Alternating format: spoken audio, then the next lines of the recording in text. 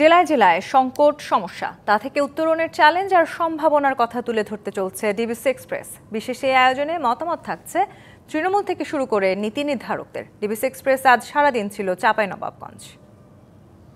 উত্তর পশ্চিমাঞ্চলের জেলা চাঁপাইনবাবগঞ্জ। প্রায় ১৭ লাখ মানুষের বাস এই জেলায় রয়েছে নানা সংকট, নানা সম্ভাবনা এবং উত্তরণের জন্য চ্যালেঞ্জগুলো কি রয়েছে, সেই চ্যালেঞ্জগুলোর জন্য আজকে সিএসআরএম ডিবিসি এক্সপ্রেস সারাদিন চাঁপাইনবাবগঞ্জ জেলার বিভিন্ন প্রান্তে ঘুরেছে এবং সাধারণ মানুষের সঙ্গে কথা বলেছে। সেখান থেকে কিছু সমস্যা উঠে এসেছে। তার মধ্যে প্রধান সমস্যা হচ্ছে রেল যোগাযোগ ব্যবস্থা, তারপর সড়ক এবং শিক্ষা এবং চিকিৎসা। তো সেই সব বিষয় সমস্যাগুলো নিয়ে আমরা এখন কথা বলবো জেলা প্রশাসকের সঙ্গে। তো প্রথম সমস্যা হচ্ছে রেল যোগাযোগ ব্যবস্থা। সেই রেল যোগাযোগ তারা হচ্ছে আন্তনগর যে রেলটি রয়েছে, 4টি ট্রেন চলাচলের জন্য তারা দীর্ঘদিন থেকে আন্দোলন করছে বা দাবি দেওয়া পেশ করছে। সেইটি চালু করার ব্যাপারে আপনি কিরকম পদক্ষেপ নিচ্ছেন বা নেবেন সামনে? চাঁপাইনবাবগঞ্জ দেশের একদম উত্তর পশ্চিমাঞ্চলের সীমান্তবর্তী জেলা। এই জেলা থেকে একটি মাত্র ট্রেন সরাসরি ঢাকায় যায়, সেটি হলো বনলতা এক্সপ্রেস। তবে রাজশাহী থেকে 3টি ট্রেন এবং পাশাপাশি বনলতা এক্সপ্রেস, মোট 4টি ট্রেন ঢাকায় যায়। তো আমরা যদি রাজশাহীগামী ট্রেনগুলিকে চাঁপাইনবাবগঞ্জ পর্যন্ত এনে চাঁপাইনবাবগঞ্জ থেকে রাজশাহী হয়ে ঢাকা পর্যন্ত দিতে পারি, তাহলে নিঃসন্দেহে চাঁপাইনবাবগঞ্জবাসী উপকৃত হবেন। তাদের যে দাবি, এটা যৌক্তিক দাবি। এই দাবির সাথে আমরাও একমত পোষণ করছি। আমরা ইতিমধ্যেই এ বিষয়ে সরকারের ঊর্ধ্বতন কর্তৃপক্ষের কাছে একাধিকবার আমরা যোগাযোগ করেছি। তা আমার মনে হয় সরকার এই বিষয়টা বিবেচনায় নেবেন।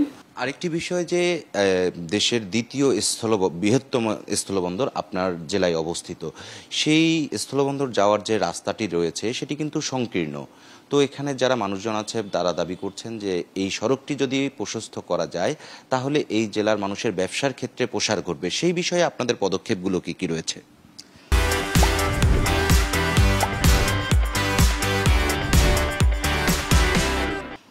আপনি যথার্থই বলেছেন যে বাংলাদেশের দ্বিতীয় বৃহত্তম স্থলবন্দর হলো আমাদের সোনা মসজিদ স্থলবন্দর।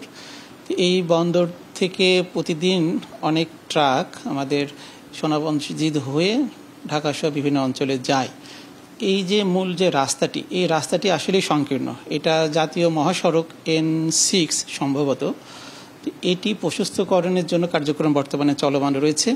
আমাদের প্রস্তাবনা ছিল এটিকে 4 লেনে উন্নীত করা, কিন্তু এখন যে কার্যক্রমটি চলছে সেটা জাস্ট ওয়াইড কার্যক্রম চলছে, অর্থাৎ এটা 10.3 মিটার পর্যন্ত এই রাস্তাটি হবে চওড়া। তো আমি সড়ক বিভাগের সাথে নিবিড় যোগাযোগ আমাদের আছে। তারা আমাদেরকে জানিয়েছেন যে এটি তাদের মহাপরিকল্পনার মধ্যে আছে যে 6 লেনে উন্নীতকরণ। আরেকটি বিষয়, এখানে আমরা যে হাসপাতালটি দেখেছি সেটি হচ্ছে 250 শয্যা বিশিষ্ট। তবে এখানে লোকবল কিন্তু 100 শয্যার যে চিকিৎসা সেবা দেওয়া হয় সেই লোকবল আছে। সে ব্যাপারে আপনার দৃষ্টি আছে কিনা? জি, আমার এই বিষয়টি সম্বন্ধে ওয়াকিবহাল হাসপাতাল কর্তৃপক্ষ এবং আমাদের মাধ্যমে আমরা একাধিকবার মন্ত্রণালয়ের সাথে যোগাযোগ করেছি। এটি যদিও 250 শয্যা বিশিষ্ট এখন, বাট যে রোগীদের জন্য যে পথ্য সেটা কিন্তু সে 100 জনের জন্যই আসে। একইভাবে যে জনবল কাঠামো সেটা ওই 100 জনের হিসেবেই আসে। এটি নিয়ে কার্যক্রম চলমান আছে। আমরা আশা করি যে হয়তো এই সমস্যার অচিরেই সমাধান হবে। ধন্যবাদ আপনাকে। তো শুনছিলেন যে জেলা প্রশাসক মহোদয় বলছিলেন যে সমস্যাগুলো রয়েছে সবগুলো সমস্যাই খুব দ্রুত সমাধান হওয়ারও একটা সম্ভাবনা রয়েছে, কারণ তারা সরকারের বিভিন্ন উচ্চ মহলের সঙ্গে কথা বলেছেন। সঙ্গেই থাকুন ডিবিসি এক্সপ্রেসের।